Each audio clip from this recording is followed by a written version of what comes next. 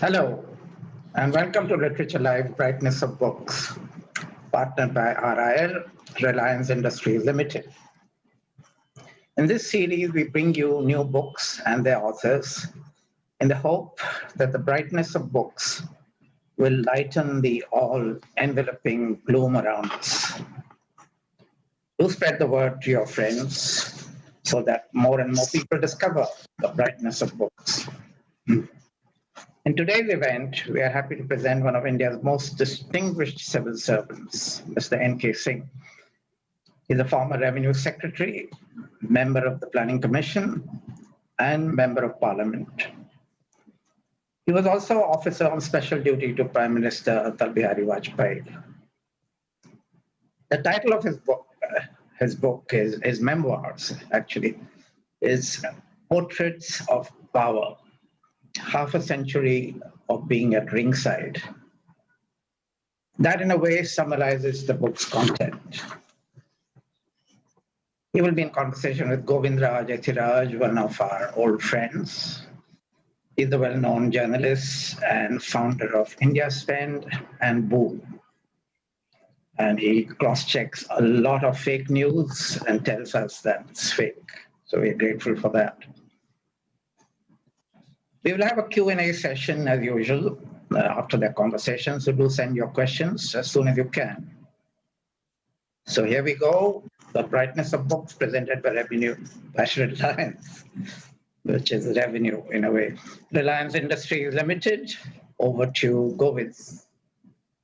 Thank you very much, Mr. Thakur. So this is the book for those of you who are wondering how it looks like, and you can see a picture of Mr. Singh, who's also seated here in front of the resplendent is that Delhi South North Block. Where am I right? I mean, is it mostly North Block? North and South. North and South. Yeah, this is the other angle, and where you spend a lot of time. Okay, my thanks to Literature Live for inviting me, and so let me get a few simple questions out of the way first. So you joined this government in 2014, and we will obviously come back to the time that you've spent with other governments, including as a civil servant. But this government has been you joined in 2014 March as a political leader rather than as a civil servant that you've been in the past. Would you say that this government has delivered on the promises, economic or otherwise, that it made? Particularly in the run-up to the elections in 2014, and then, of course, subsequently in 2019? Of course, I think that, and I don't say this only because I joined the BJP before the elections of 2014 were held. I say this that the government has certainly endeavored to deliver and meet expectations of the people, both on the economic front, as well as in terms of giving political stability. A sharp contrast to the past, because we have been used to successive changes of prime ministers and successive changes of government. It has given comparatively political stability from 2014. On the economic front, it has endeavored to deal with multiple challenges, including the fact that in the initial period of 14, there was a general global slowdown. And after 1 or 2 years of good growth, I think that a consequence of this, there was a symptomatic action in terms of not achieving the high rates of daunting growth. And thereafter, I think that the pandemic has been an overpowering one. And during the pandemic, I would say that the challenges of the pandemic have been converted into opportunities for economic reforms. And I think that the economic reforms undertaken during the pandemic period make a tectonic shift in the way in which government looks at the economy to provide greater space to private enterprise, to be able to recognize and harness private capital, technology, innovation, and entrepreneurship in a manner which is somewhat significant and in sharp contrast to the kind of economic policies which had been pursued for long. Right. Now, just another small question related to that. Now, we did go from almost 8 quarters of a slowdown into the lockdown. And the lockdown, of course, is a response to the pandemic, which was a global problem, and a similar response elsewhere in the world as well. But our economic troubles in some ways predate the pandemic. So in that sense, would you think that the government has really been on top of the situation? Well, as the chairman of the 15th Finance Commission, the office which I currently have, because I have just submitted the report for the 5-year, this is a 6-year report. So to this precise question of yours, this question as chairman of the Finance Commission, I addressed in my first report, which is the report for the fiscal year 2021, in which I explained that it was a combination of both exogenous and endogenous variables. Some of the thing was a symptomatic effect. If you look at the statements made by the International Monetary Fund, the world was not also in a very exuberant place, even in the 8 quarters which I have mentioned. We, of course, also, as far as the Indian scene is concerned, did encounter a period of comparative economic slowdown, partly on account of driven by 2 important factors. One is the fact that the twin balance sheet difficulty, the impairment of our financial and credit system, is something which was proved to be a very big drag in the economy. And the measures, some very far-reaching measures which were initiated at that time in terms of the bankruptcy law and in terms of the NCLT, had not delivered with speed the kind of outcomes which were expected. So that also contributed to this, in addition to the fact of don't forget that in 2017, we introduced the GST, an endeavor after 20 years. Of course, in the teething problems of the GST, coupled with the fact of the impairment of the financial and credit system, contributed also to India also not growing at rates of growth which were expected or anywhere near its potential economic growth. So let's go back now. In your book, in the early pages, you talk about the structure of government, and one of the big questions that gets asked is that is India in all its size and glory really governable the way people hope, particularly before they get elected? And do they actually manage to come anywhere near delivering to the promises that they've put out there?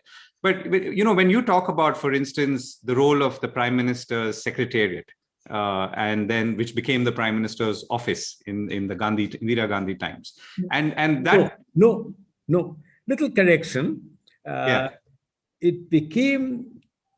Prime Minister's setup developed its identity on the 17th of July, 1967, at the time of Lal Bahadur Shastri. Right. So before, okay. So before Mrs. Gandhi, she inherited the Shastri period. Yes. But was it called the PMO during Shastri, or did it become the PMO? No, very good question. So it was during pre-Shastri. Also, it was called the PMS and not the PMO. It was called the Prime Minister's Secretariat. If you remember, I have mentioned in my book that during the transition, Nehru inherited virtually the same kind of a structure.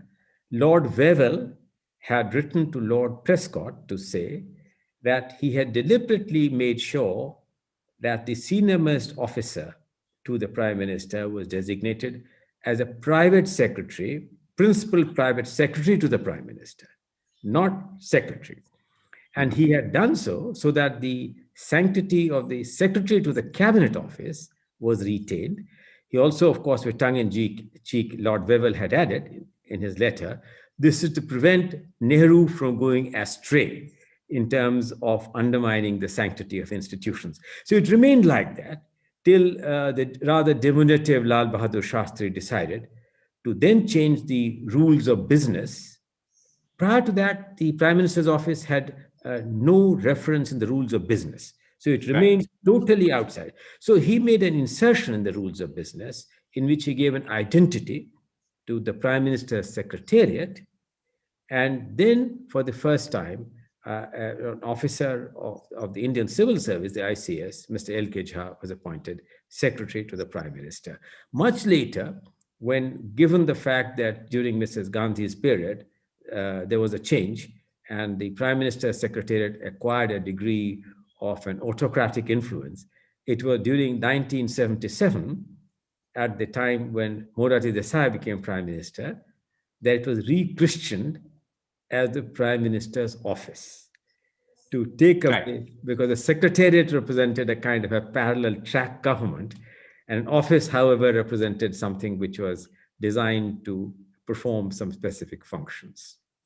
So in a way, before I go back to the past, are we revisiting history today? No, it is called the Prime Minister's office. The autocratic part of the... Oh, well, I think that you must trace the evolution of this in multiple ways. And I'll come to the conclusion quickly because I don't want this to detract from many other questions which you may have. So if you see the initial evolution of this, I have described a conversation between my late father, who was at that time the finance secretary, and his batchmate, L.K. Jha, who became the first secretary to the Prime Minister, in which L.K. Jha told my father that he had the most profound respect for the cabinet secretary. And my father had made a tongue-in-cheek remark, "Time will tell," and then looked L.K. straight in the eyes and told him, "Look, L.K., let's be honest. We belong to the same tribe of civil servants. Till last night, what was the last note that the Prime Minister would have read? Without a doubt, it was the note of the Cabinet Secretary. From tonight, whose note or advice is the last advice which the Prime Minister would read? Yours." So that represents, in a certain sense, the transition from the Cabinet Office. Now, over a period of time, of course, LK was also kind of edged out when the ideological issues took over, the dependence of Mrs. Gandhi on the left ideologists increased. P.N. Haksar became the secretary and then the principal secretary to Prime Minister. The Prime Minister's Secretariat was in its fullest glory at the time when it had acquired an ideological hue. And that is what it had become. And thereafter, of course, there have been phases. So the evolution and the dynamics of the relationship between the Cabinet Office and the Prime Minister's office has been an evolving one.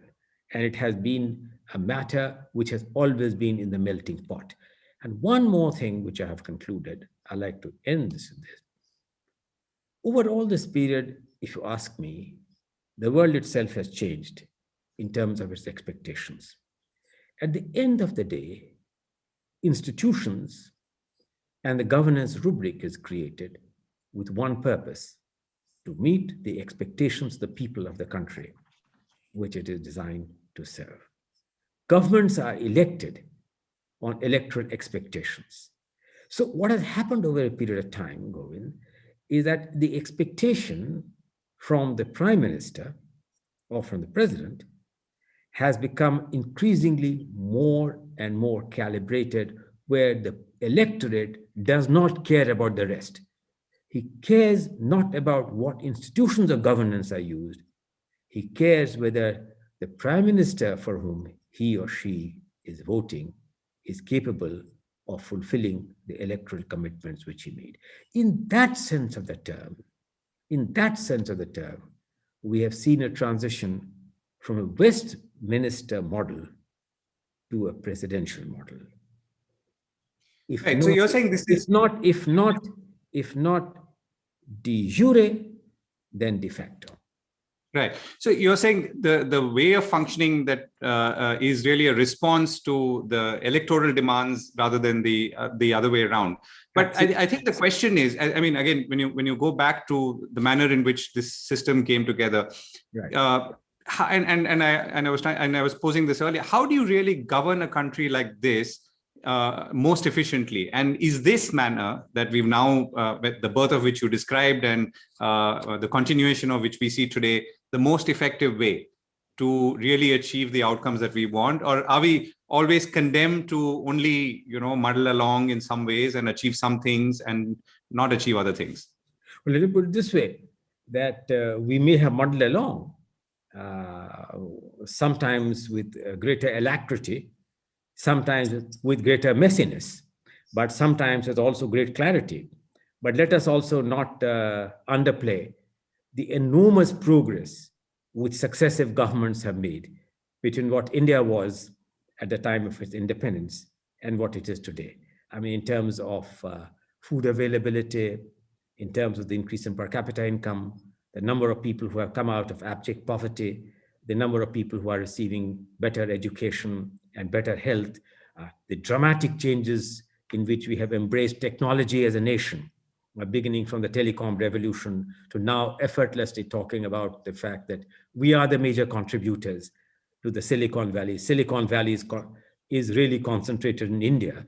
And the fact that these represent very, very far-reaching changes. Of course, do they meet our potential? No. Do they meet our expectations? In bits and parts, yes. And sometimes that's what changes are all about, that sometimes we change with greater alacrity, sometimes with greater tardiness. And there are periods, therefore, or what retrospectively you can describe as periods of purposeful governance, as periods of lackadaisical governance. Right. Let's talk for a moment about the civil servant and the role she or he plays in our system and in our country. Now, in your own experience, I think you've gone through various phases where the civil service has been very powerful, has been a bulwark of sorts, has pushed back at maybe unreasonable demands made by elected representatives, including maybe asking you to launch an income tax raid on someone, as you described in your book. Where do you think it stands today in its job of delivering good governance, in its job of, let's say, acting as a filter of some sort between what the political class wants and what is desirable? Well, I think that this is a very complex question, because that relationship has also evolved as our political fabric has evolved.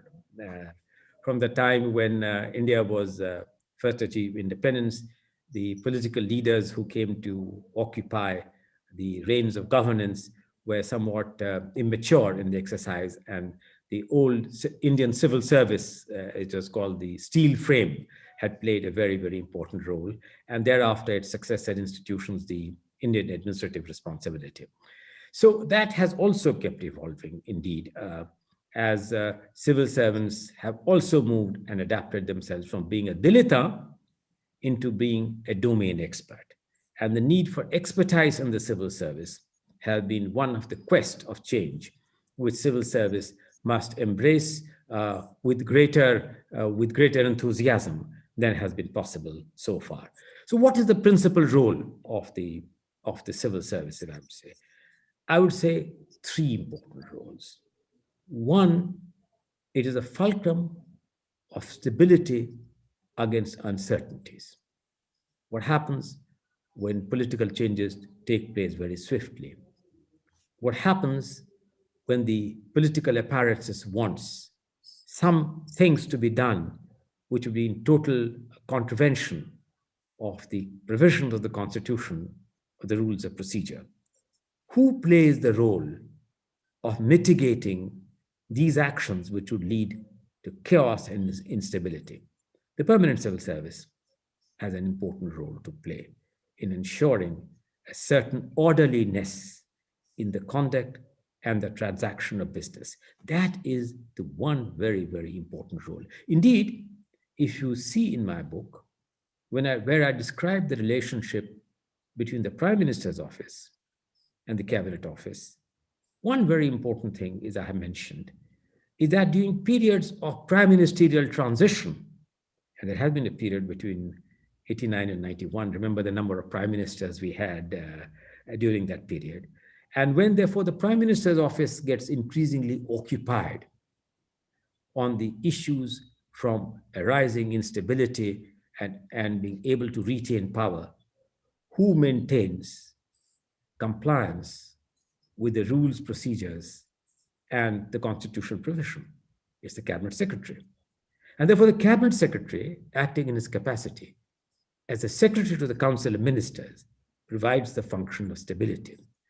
During more settled times, when political majority or political stability is not in question, the Prime Minister's office plays a more important role. The second important, one more observation on this particular thing, two more brief observations. One is that this is a mirror image, in a certain sense, with what happened in the 29 and now 28 states in India. There also, the chief secretary provides, and the civil service provides, the stability in periods of uncertainties and volatilities. And there also, the difference between the chief minister's office and the chief secretary is that balance which I have described. One last comment. Has the civil service changed as rapidly as the world has changed?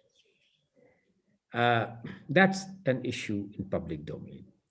And I think it is an understandable inclination of human nature to cling on to power and responsibility, discretion and authority for as long as you want to. And that the resistance of the civil service to, for instance, lateral entrance and domain experts has been a touch more than would be good for India's economic growth strategy. We need both. We need continuity, we need domain expertise. The one is not necessarily coterminous with the other. We need certainly people who are ex-economists, who are people trained in the multiple disciplines, but you also need people who have the managerial capability of being able to implement decisions which are taken in broad national good. Right. And so let me ask that question. I mean, the Prime Minister did say quite recently that, Babu should not be running enterprises. And I think you've made that same argument yourself as well. So is this is this something that's going to translate or likely to translate with your experience into, let's say Air India getting a new chairman, or at least a renewed attempt to get a chairman or a managing director from outside till it gets sold off, or a Steel Authority of India Limited getting, after all, when one thinks of the overreach of the civil service, at least to me as a financial journalist, these are the first instances that come to mind. No, I think that there is no question that the civil servants are best designed and best recruited, and they serve the principal function of being excellent managers, not necessarily domain experts. The running of public sector undertakings need a combination of both. They need managerial skills. They also need domain expertise. But there is no doubt that clearly the obligation for running public sector undertakings, airlines, hotels, to mention a few, must be with people who have domain expertise in that. And this is neither the most optimum use of the civil servants in filtering their talent in those directions, nor is it in the interest of the institutions themselves. But instead of creating an adversarial relationship, I think that the both can serve the overall objective, which is what? Which is to run public sector undertakings, public institutions for overall public good in accordance with the objectives with which those institutions were created. And to do so by the best combination of best managerial talent and the best domain expertise. Your book is called Portraits of Power. So does that refer to maybe the prime ministers that you work closely with, Manmohan Singh, Vajpayee, and others, or is it something? Is it a larger sweep? Or tell us what really you were thinking of. Well, I was thinking not necessarily of only prime ministers or finance ministers or commerce ministers. I was thinking also of a whole species of other iconic civil servants, some of whose example I've given, who have also exercised authority, description, and power. It portraits of power.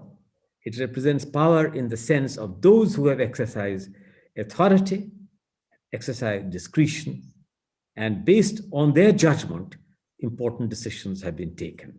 So I think that it's not only applied to the class or the political entity, but in general to a class of people who move into vantage positions of being exercising judgment, authority, and by virtue of that, power. Right. So, you worked with both Manmohan Singh as well as, of course, Vajpayee more closely. And you were there at critical points. Vajpayee, the grand vision, the golden quadrilateral, the tricky international, negotiations. Manmohan Singh at the time, the most critical time of, the transition, the pledging of gold, borrowing money from the World Bank. So what would you say, to people who are listening, would be the key differences in the two prime ministers' approaches? If you were to list three things between, let's say, Manmohan Singh and Vajpayee, and of course, I'm going to come to Narendra Modi a little later, but between these two, and because they belong to a certain generation. Yeah, let me say, all prime ministers seek to address the contemporary challenges of their time and to address priorities which occupy their high attention. The focus of Manmohan Singh as finance minister, I didn't work with Manmohan Singh as prime minister, but I worked closely with him when he was a finance minister. Yeah. You resigned, actually, when he took over as prime minister. Yes. I resigned as the member of the Planning Commission, which is in accordance with the tradition that the Planning Commission is constituted, reconstituted, or constituted by any new government that comes to power. That applies to members, it applies to the deputy chairman of the Planning Commission. But on that particular thing, from my recall of the book is that Manmohan Singh first said that he may want you to stay on, and then later called you and said that you had to resign? You're absolutely right on the recall of the book, and thank you for mentioning that. I mentioned that in some detail, that his initial instincts, because don't forget that Manmohan Singh and we had worked closely together from the time when he first entered the Indian government, which was when he entered as the economic advisor in the Ministry of Commerce. And I was working in the personal staff of the Commerce Minister. So we had a working relationship. Then this relationship continued when Dr. Manmohan Singh worked in the Ministry of Finance, when my father was the finance secretary. Then we worked very closely together when in Japan, when he was in the Planning Commission, and I was in Japan, and he heading one of the committees. Then, of course, he worked very closely in the Ministry of Finance. So we had worked together. So it was really gracious on his part that his instincts were that he did not want me to leave the system at the time when he had assumed the office of the prime minister. This is his warmth, gentlemanliness. This is Manmohan Singh at his quintessential best. But then there were other forces at play.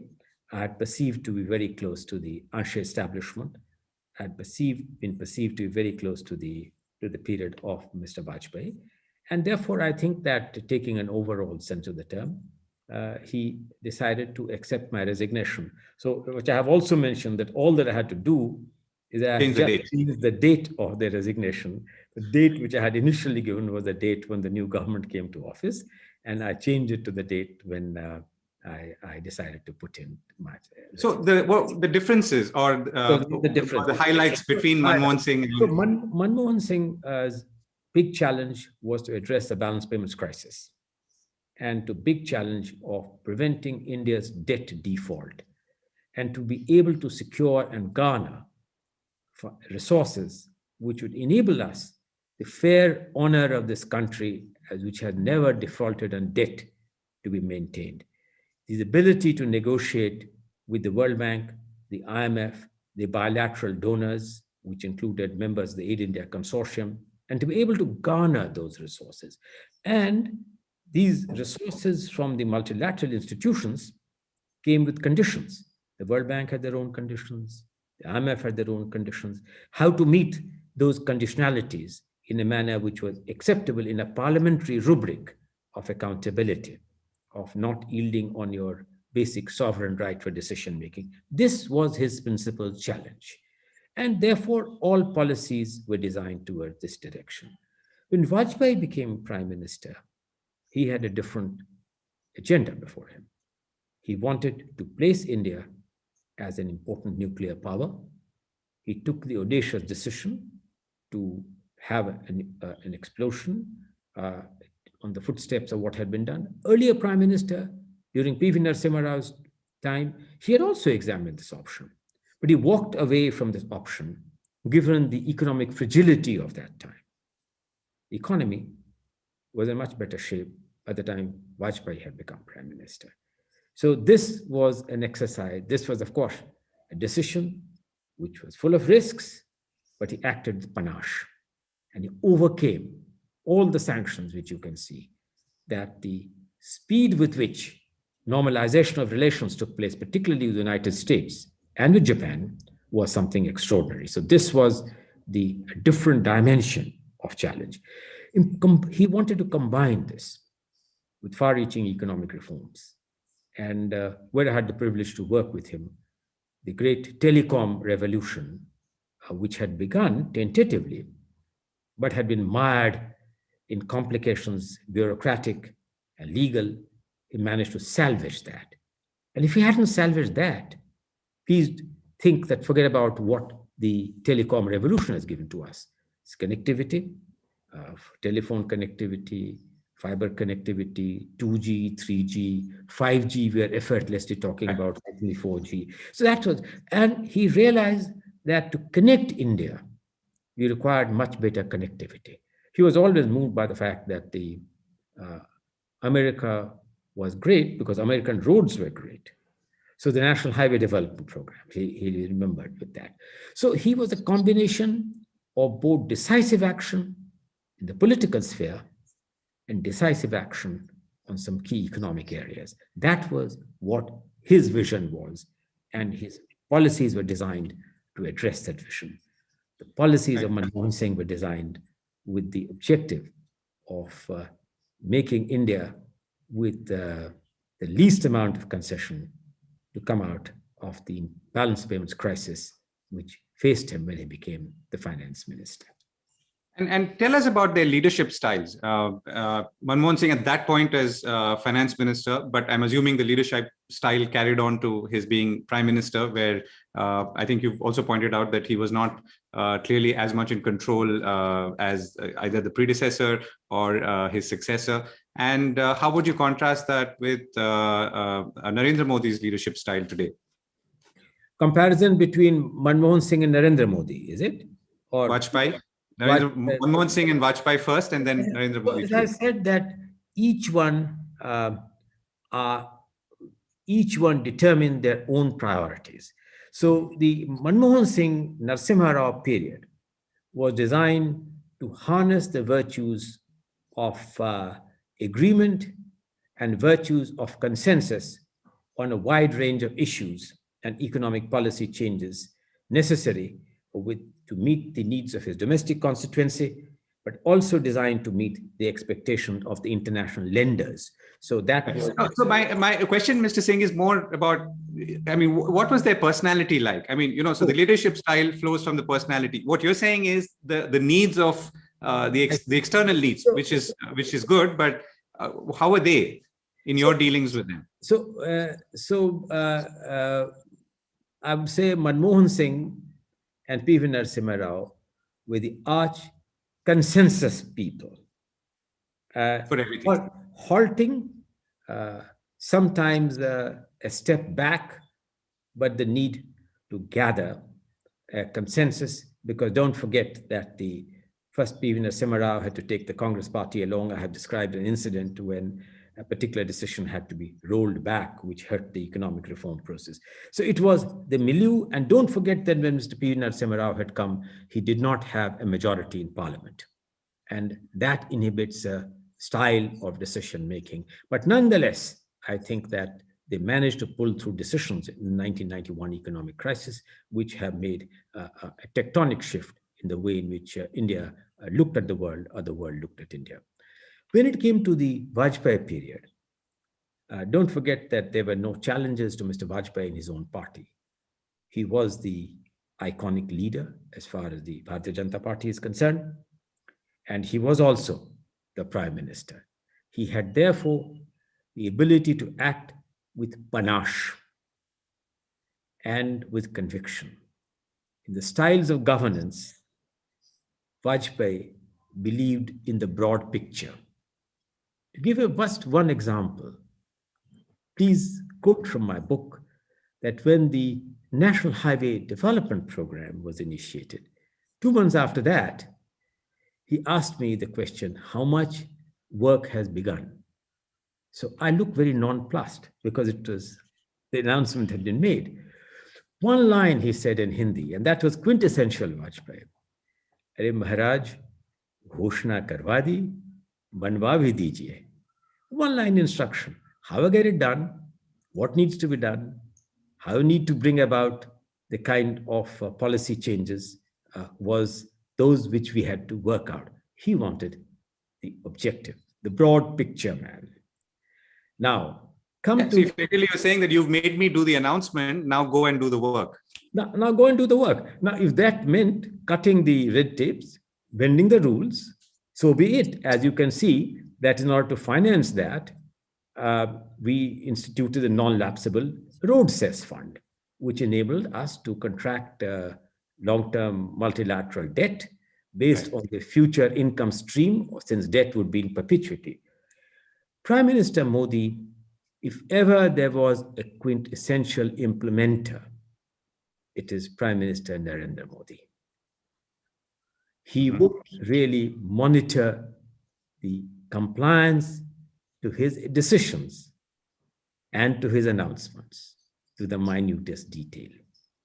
So, you talk about, in one instance, actually maybe more than one instance, you talk about Vajpayee and his desire to cut through the clutter, and often coming from a point saying that, listen, I don't understand this, I don't understand economics, just explain it to me.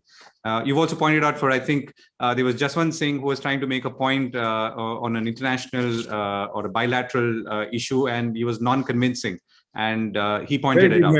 Very good memory. Govind, that was in Iran. If you remember, the issue was Vajpayee was going to see the Iranian supreme leader, and the issue was the pipeline. And then Jaswant Singh gave a thing which he didn't quite understand because it was couched in a diplomatic finesse. So he said, "Arey Maharaj, bataiye chahte hain ya nahi chahte hain? Aapki irade kuch theek nahi lag rahe hain." So I must say that get to the clutter, the broad picture, he could never forget. I mean, as far as Prime Minister Modi is concerned, I have quoted instances in the book when his ability at ensuring that whatever the decisions are implemented with alacrity and with very careful detailing. Just 2 small examples I will give you.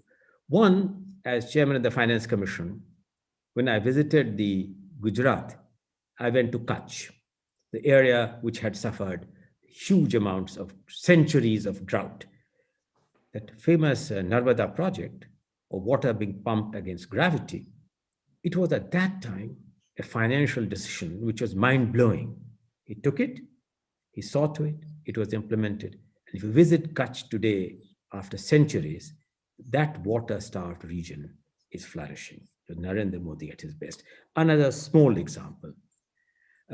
Just before the lockdown, Govind, I was invited for a function at Kevadia, next to the Statue of Liberty. You have to go to the Statue of Liberty to realize the micro detailing which has gone into every bit of planning, from where if people who cannot walk, escalators from the time when you get out of the car, lifts which take you to multiple levels, the kind of picture which you get at.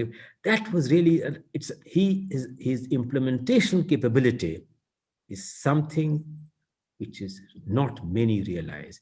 if there was therefore a class implementer of an awesome kind of capability, that is Prime Minister Narendra Modi. Vision and implementation. So I think that I've given you three different facets of three different prime ministers to give you the periods with which I was intimately connected. Right. So, and therefore, in your mind, so let's say if you start with Narasimha Rao, poet, orator, linguist, Manmohan Singh, economist, former Reserve Bank governor, academician, Vajpayee, again, maybe in the poet, politician, grassroots man, and Modi, who is again grassroots chief minister in an earlier avatar. Four very different people, some very tuned to execution, some coming at it with a very rustic, perhaps, approach of trying to get down to basics. Some may be more crafty in the way they manage situations, people around them. What's the formula that works best for a country like India then, or could work best? The formula that works best is that in the Prime Minister, closest to meeting the expectations of the people and ensuring that when you're seeking their renewal of the mandate, the people whom you have sought to serve find your implementation and living up to your commitments capable of renewing their trust and confidence. That's my question is also from your point of view. So you, of course, in all these years, maybe 3 decades, you've been a civil servant and a political, more a political persona. And maybe your own expectations are different. But as you viewed all these prime ministers, where have you felt most comfortable? Civil service in believing that this person is most likely to do what India needs. I'm not talking about those who elect. I mean, obviously, everyone's been elected to their position, one way or the other. Well, civil servants, unfortunately, Govind, do not have that luxury. The civil servants are designed to serve the overall objective of directions given by those who are elected by the people and in whom the people of India have reposed the confidence and trust to provide the governance. So civil servants do not have that particular choice. Civil servants need to understand this. The civil servants' obligations are to the Constitution, to the adherence to rules and procedures, and to subserving the broad objectives, which are given to him by appropriate decisions to be implemented in the manner which it is best designed to. But the passion and fervor is what matters. And that is borne out by the confidence and trust which the civil servants have. Systems are best served when there is symmetry between the civil servants' outlook and meeting the needs of the political masters. If that synergy works, that synergy then triggers passion. That synergy entices the kind of implementation capability which best brings out the managerial functions of the civil servant. Right. So I'm going to come to the questions in a moment. So, there are a couple of interesting things that, again, it struck me as interesting because you talk about your time in Japan. And only when I read that did I realize the importance of Japan in many of the things that have happened in India, including, of course, the setting up of the Suzuki Maruti joint venture. And I think what you're alluding to as the bullet train project being almost like the next Maruti equivalent project in terms of what it could potentially do. Tell us about the time that you spent in Japan and how, in a way that even for a country like India, which is large, in some ways inward looking, that countries like Japan or relationships with countries like Japan or maybe United States or Iran, which you talked about, who saved us in 1974 in some ways, the role they play and the role people like you have played in building those bridges and maintaining them. Well, with the Iran, as I mentioned in my anecdotal detail in the book, was the negotiating skills in being able to meet the balance payments crisis. The oil price had suddenly shot up, of getting the ruling, the Shah of Iran at that time, to give us an accommodative policy in terms of bilateral transactions. We paid on deferred terms for the oils we got at concessional prices through commodities, because we did not have the foreign exchange to be able to meet those obligations. So that was Iran wanting to help us get over that first shock of the oil crisis. With Japan, it's two or three things. First, it's the Japanese culture and the relationship between workplace and ethics of work. One of the things that struck me, Govind, about Japan is when a Japanese joins a Japanese company, he marries that company. He is expected to spend his entire lifetime not seeking the best career opportunities elsewhere, but it is a commitment of life. So there, the company who joins, namely his employer, becomes a intimate part of his family. So that is the other is the commitment and dedication to the ethics of the society. The societal compulsions, you must have read that the Japanese suicide rates are one of the highest in the world. I don't know if you know that, Govind. Yeah. This is because nobody asks you to commit suicide. This is peer group pressure. That if your kid is not doing well in school, this is something which you internalize. So the pressures of society in an unspoken way are adequate, in which it prompts you into action in one direction or the other. The third, of course, is, which struck me, which I have described in some detail, is the innate warmth, affection, and aesthetics of the Japanese people. The love of nature. I've described an incident which I do not know, Govind, if you'll recall, but I'll take 30 seconds to mention that I was an avid photographer, on which there is a section in the book. And I was coming. There's one photograph from Japan, I think, in your book on the fires. Yeah, no, not only fireworks, there's a couple of photographs on the Four Seasons, Yes. Japan Four Seasons, which is also was exhibited in a photographic exhibition. So as I was coming down Nikko, a very crowded area, on a perfect autumn afternoon, it was stopped to take a picture and held up traffic. I stopped the car, and there was a pile of traffic. My wife took out the tripod.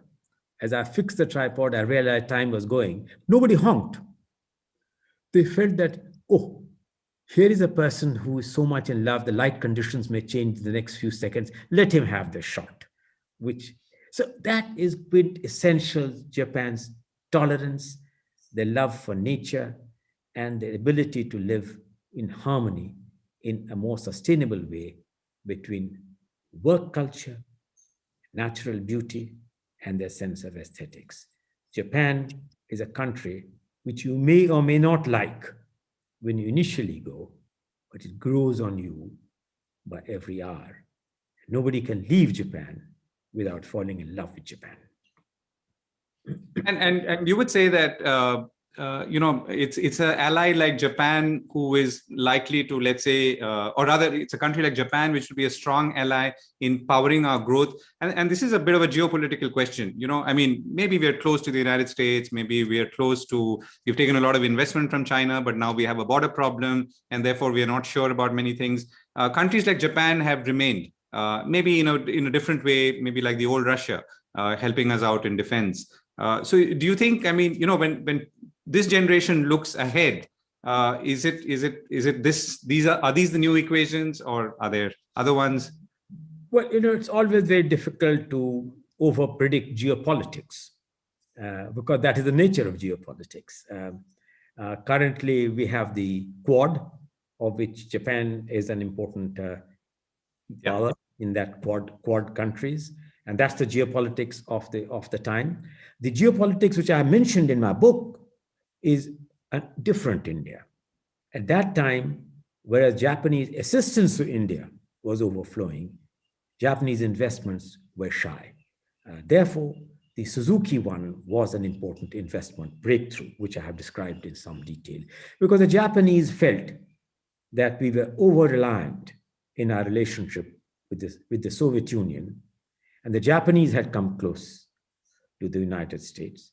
China's opening up had begun, including the fact that the Japanese had felt that they must help in rebuilding China, against which they had had this turbulent relationship during the war.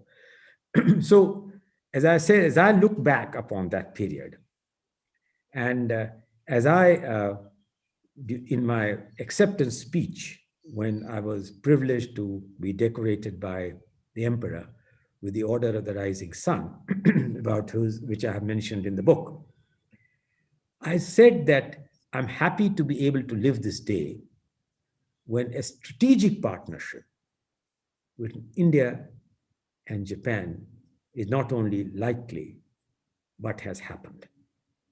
And that as Japan has begun to also weigh various options for its investments, India and the United States have also become strategic partners. What a change in the geopolitics compared to the period which I had spent in Japan. So I must say that to answer your last question, yes, currently the Quad is definitely the one which we are seeking, but who knows what geopolitics has in store? Who knows and who can over-predict the manner in which the Chinese economy and politics would itself evolve?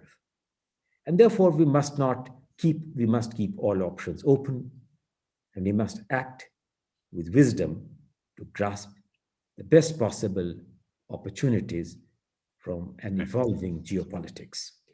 So let's talk about, you love roses and you love wine, but in both cases, you did not know anything about them, and in some ways were to scurry and quickly, brush up your knowledge so as to, save face, if I interpreted it correctly. By the way, that's a very Japanese expression. Yes. So tell us, I found the wine thing very funny. So the wine story, so tell us about it. I'm sure people would love to hear your run-in with wines at the first instance, and then subsequently how you've educated yourself. So I must say that I didn't know much about wines because having been educated in Patna and having been educated in St. Stephen's College and the Delhi School of Economics, my exposure to the only time when during that period I went abroad was to represent India in an international debate in Japan as a college student. That was my only exposure. I knew nothing about it. So when this incident happened, which I have described in the book, I was Undersecretary in the Ministry of Commerce and had been deputed to represent India in one of the discussions in the GATT, which was at that time our permanent representative at that time for UNCTAD and GATT was a well-known civil servant based in Brussels. And so he asked me to go and order lunch, which was understandable, and he was to join with the senior officials. The Secretary General of the UNCTAD was coming for that lunch, and he said, the food better be good, and the wines better be first class. So since I knew nothing about it, I went to this restaurant in the then Hotel Duron, and now it has been changed to Duron Mandarin. And I asked the manager there that I want to do this. And I said, and wines? He said, I asked him, what kind of wines can you give? So he said, oh, we have every kind of wine. So I said, like what?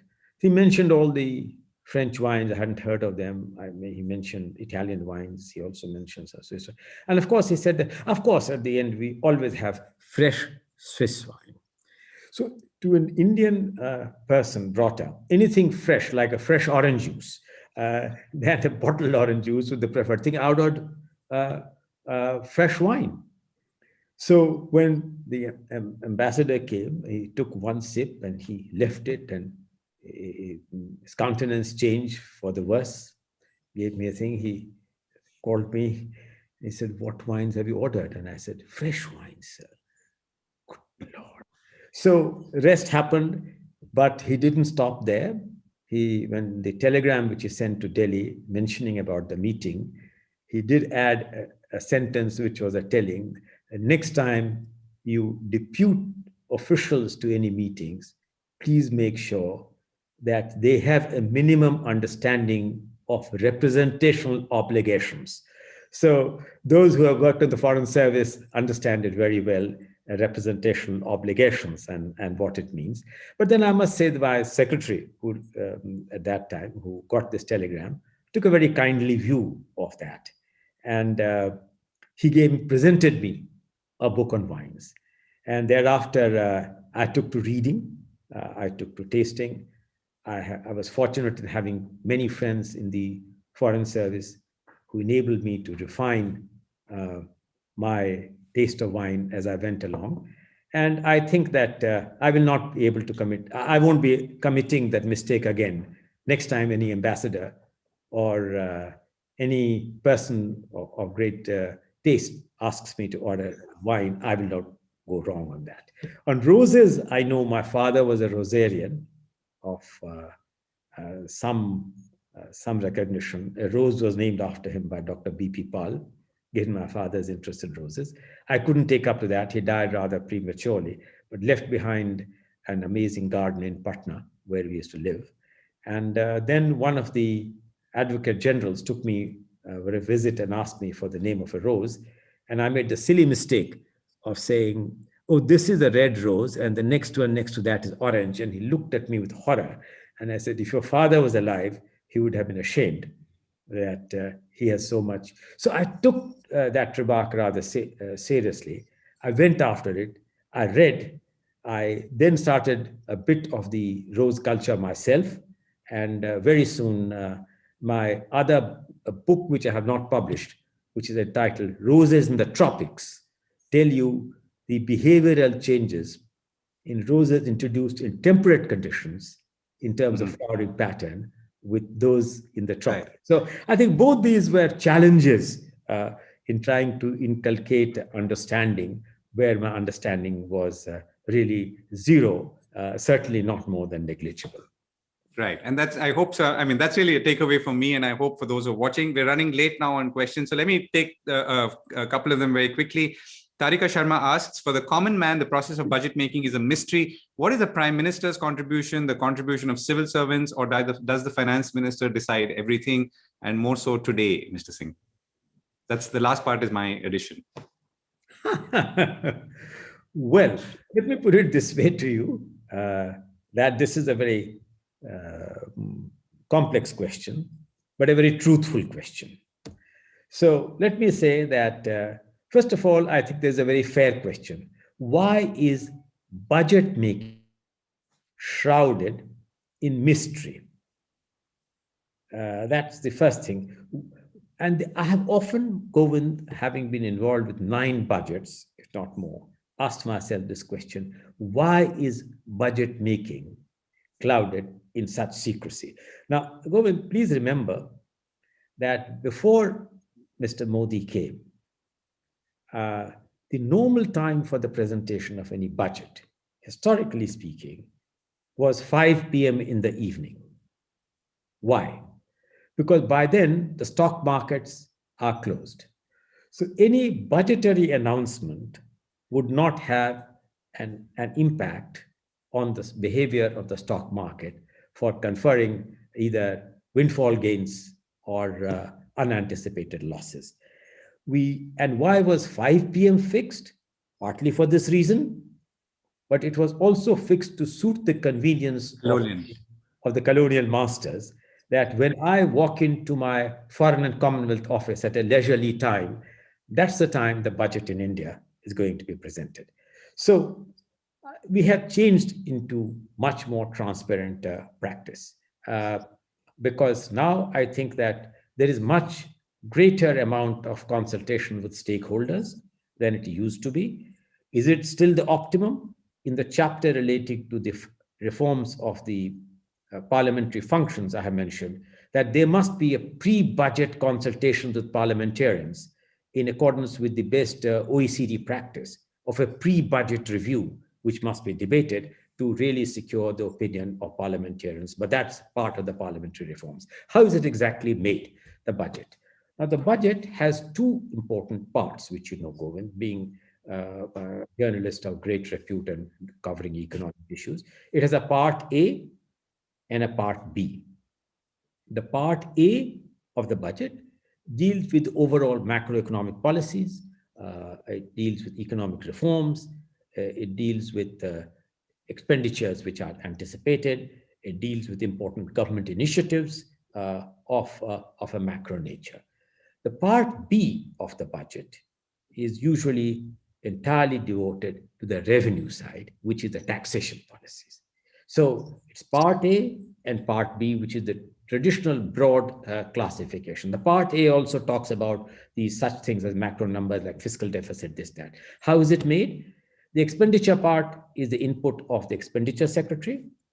The revenue taxation is the input of the revenue secretary, for which the revenue department is responsible. They have both the direct taxes board and the indirect tax, which is the GST.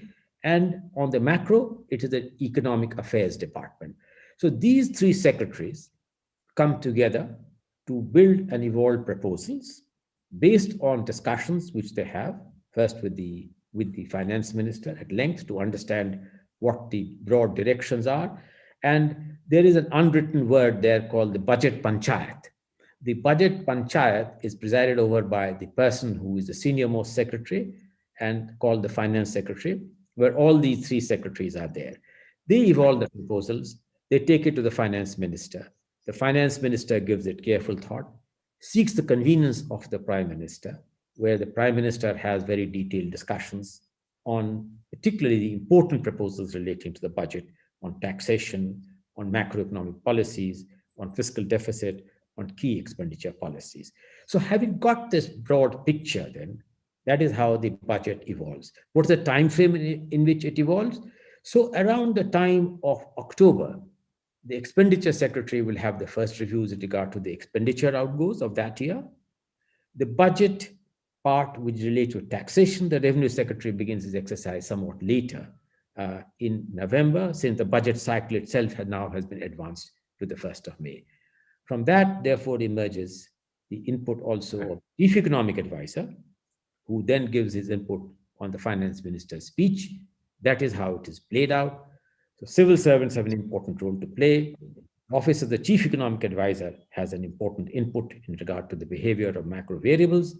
The finance minister is the final political authority as far as the process is concerned, because it is what was known as the Chancellor of the Exchequer, or in the US, the Treasury Secretary, here the finance minister, but with the fullest engagement, involvement of the Prime Minister himself, with the support of the Prime Minister's office. So it is genuinely an exercise of multiple stakeholders, and all of whom are, of course, understood, work in with great amount of discretion and opaqueness, and if I may add, undue secrecy. I think what you've said in your description itself, I think, is worth taking out, slicing out, and and sharing it with those who are trying to understand. But anyway, we're running out of time, so let me get another quick question, slightly different one. Dilip Choksi asks, do you see the public issue of the Life Insurance Corporation of India, as suggested in the budget, I'm assuming, as the selling of family jewels, as some people have said? Oh, I think that India has outlived this particular label of family jewels or family silver or whatever we may call it. What are these family silver? Public sector undertakings, if over a period of time have become unproductive, unmanageable, then the family silver is not even family copper. You are putting good money after a bad design. What is the best way out? The best way out may be to cut out your losses and to get rid of whatever this silver, which may have become a copper, would be worth paying for. So I think that in that sense of the term, this budget represents as I have said before, a mindset change. We are trying to wash away the excessive legacy of Fabian socialism in our political psyche and embrace the need for private capital, entrepreneurship, and the ability to be able to harness what technology has to offer. And therefore, I do not think it is selling away of family silver. It is acquiring new silver through using these resources for better infrastructure, for better education, and for better health. Okay, so here's the last question. Shireen Anwar, Raju, Ravi, Jay Kumar, Ajit, Godke, all have asked roughly the same question, and some of it I've already posed to you in trying to gauge your sense of the leadership styles of the various prime ministers or finance ministers that you worked with. But the last question is really, maybe let me draw from Ajit Godke's question. Who do you think has been the best prime minister? My God, you have to live in multiplicity of times with different decades and era to address the question. If I was living at the period when I was a kid, Pandit Jawaharlal Nehru, and somebody had asked the question, who is the best prime minister India has, what do you think an average school child would have replied? I think, to be fair, the question is to you today as you look back. Oh, I see. Who has been the best prime minister in India so far? Yeah, 50 years. 50 years. So as I said, and this is not a diplomatic answer, and I'm not trying to hedge any bets. I would say all prime ministers have served the country well. They have all sought to address the challenges of the time in the manner which they felt was best designed to serve the overall interest of the electorate. And I think, therefore, any comparison over time between prime ministers, recognizing the challenges of the time, would be grossly unfair. Right. So in saying that you're not ducking, I think you have, but I'll let you go this time, Mr. Singh. Thank you very much for speaking with me. Thank you for sharing your experiences and this wonderful journey that you've been on. Wish you all the best for the next 2 or 3 books that are coming, including on a collection of lectures, a book on federalism, which in some ways draws from your current stint, a book on roses, which you've already announced, and maybe many more. Thank you very much once again. It's back to our host, Anil Dharkar. Thank you, Govind. Thank you, Mr. K Singh. Thank you, Govind, for a wonderful, wonderful conversation. This portraits of power. We got so many different aspects of it. I liked your last answer about the Prime Minister. You said it's not a diplomatic answer, but it was. But then I would expect that from you. I'm really looking forward to your next book. And I propose a change in the title, and I suggest you call it Days of Wine and Roses. So, how interesting. How interesting. So for me to do a meaningful thing, Anil, on that one, I must seek my medical doctor's permission that for the next 1 or 2 years, he'll allow me flexibility to taste some wines with much greater ease than the sort of control he has been exercising me. So this is really, I will address this appeal to my doctor that for me to be able to fulfill that project, he must allow me greater latitude in the consumption of wine, at least for the next year or so. You know the starting point. The wine should not be fresh. At least that is. nor would have become stale if it had not been properly preserved. Back to Portraits of Power, a wonderful book, I'm sure, which all the people who have been watching would want to read. Govind, would you want to show the book again, if you have it there? Yes. Yeah, that's it. Lovely.